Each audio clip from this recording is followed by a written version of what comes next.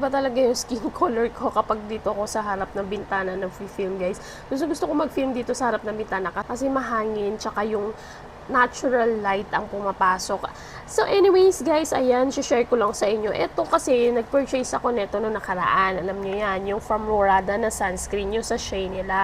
Kaso, hindi hiyang si Daddy Chris dito. Ewan ko ba, depende siguro. Ako sa akin naman, hiyang naman ako. Isang product din naman to ni Rorada guys, pero nakalagay lang siya sa sachet.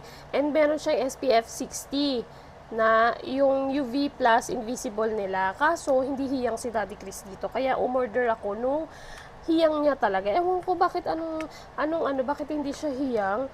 Kasi parehas lang naman, nakasachet lang naman din to. Hindi ko rin maintindihan bakit ito, dumami yung pimples niya. Samantalang dito, ito yung ginagamit niya noon, okay naman siya. Hindi ko rin maintindihan sa lagayan. Pero anyways, nag-purchase na ako ng kanilang yung nakalagay dito sa lagi namin ginagamit talaga noon. Ito naman, ako na lang uubos nito kasi hiyang naman sa akin. Pero parehas lang naman to guys. Parehas lang naman to na sunscreen na yan.